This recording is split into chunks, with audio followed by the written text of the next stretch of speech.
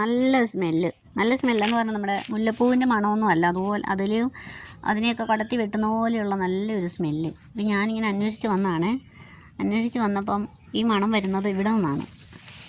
ഇവിടെ അധികം ചെടികളൊന്നുമില്ല, ചെത്തി ചെമ്പരത്തിയൊക്കെ ഉള്ളൂ. അതിന് വെള്ളം കയറുന്ന സ്ഥലമാണല്ലോ. പിന്നെ നേരത്തെ അച്ഛനുള്ളപ്പോഴൊക്കെ ഒരുപാട് ചെടി വെച്ച് പിടിപ്പിക്കുമായിരുന്നു. അപ്പോൾ അച്ഛന് നമ്മളങ്ങനെ വെക്കുന്നതും അവിടെ വെക്കണ്ട, ഇവിടെ വെക്കണം, അങ്ങനെ വേണ്ട, ഇങ്ങനെ വേണ്ട എന്നൊക്കെ പറഞ്ഞ് സപ്പോർട്ട് ചെയ്യുമ്പോൾ നമുക്ക് താല്പര്യമായിരുന്നു. അതുകൊണ്ട് അച്ഛൻ മരിച്ചു പോയതുകൊണ്ട് പിന്നീട് എനിക്കിങ്ങനെ ചെടി വെക്കാനൊന്നും ഉള്ളൊരു മൈൻഡ് വരുന്നില്ല. ഇനി അത്യാവശ്യം ഒക്കെ തട്ടിമുട്ടിയൊക്കെ വെക്കും. ഇപ്പം ഇവിടെ ഒരാൾ വിരിഞ്ഞ് നിൽക്കുന്നതിൻ്റെ മണമാണ് വന്നത്.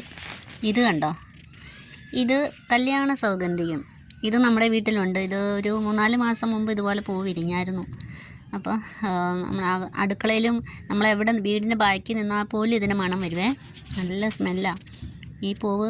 നമ്മുടെ വീട്ടിൽ ഈ ചെടിയൊക്കെ വളരുന്നത് തന്നെ ഐശ്വര്യമാണെന്നാണ് പറയുന്നത്. ചെത്തി, ചെമ്പരത്തി, തുളസി, പിന്നെ മുക്കുറ്റി, ഇത് ഈ കല്യാണ സൗഗന്ധി, ഇതുപോലുള്ള അപൂർവമായ ചെടികൾ നമ്മുടെ വീട്ടിൽ അത് വേര് പിടിച്ച് കിട്ടുന്നത് തന്നെ ഐശ്വര്യമാണെന്നാണ് പറയുന്നത്.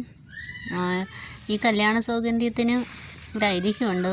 ഇത് ദേവലോകത്തുനിന്ന് കൊണ്ടുവന്നതാണെന്നും പറയുന്നുണ്ട്.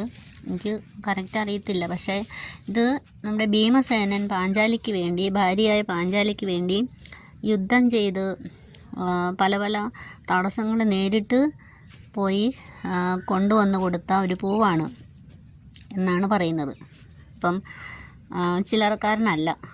അപ്പം ഞാൻ പറഞ്ഞ കഥയിൽ എന്തെങ്കിലും ഇതുണ്ടെങ്കിൽ നിങ്ങൾ തിരുത്തിക്കണം. എനിക്ക് എൻ്റെ അറിവാണ് ഞാൻ പറഞ്ഞു തന്നത്. അപ്പം വാടിയ ഒരു പൂവിൻ്റെ മണം വാടിയ ഒരു പൂവാണ് കിട്ടിയത്.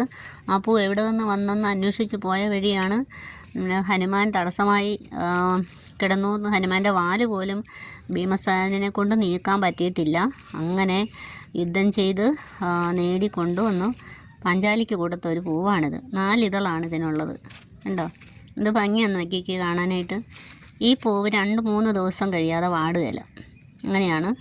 ഒരു മഴ പെയ്താലേ ഉള്ളൂ വാടിപ്പോളൂ. 2 ദിവസമൊക്കെ നന്നായിട്ട് ഇങ്ങനെ ഫ്രഷായിട്ട് തന്നെ നിൽക്കും. അപ്പോൾ ഞാൻ പറഞ്ഞതിൽ എന്തെങ്കിലും തെറ്റാണെങ്കിൽ നിങ്ങൾ തിരുത്തുക. എനിക്ക് ഇത്രയും അറിയത്തുള്ളൂ. അതാണ് ഇന്നത്തെ രാവിലത്തെ ഒരു കാഴ്ച. അപ്പോൾ ഇത് എല്ലാവരും ഇത് കമൻറ്റ് വിടണം കേട്ടോ. വീഡിയോസ് കണ്ടിട്ട് കമൻറ്റ് വിടണേ.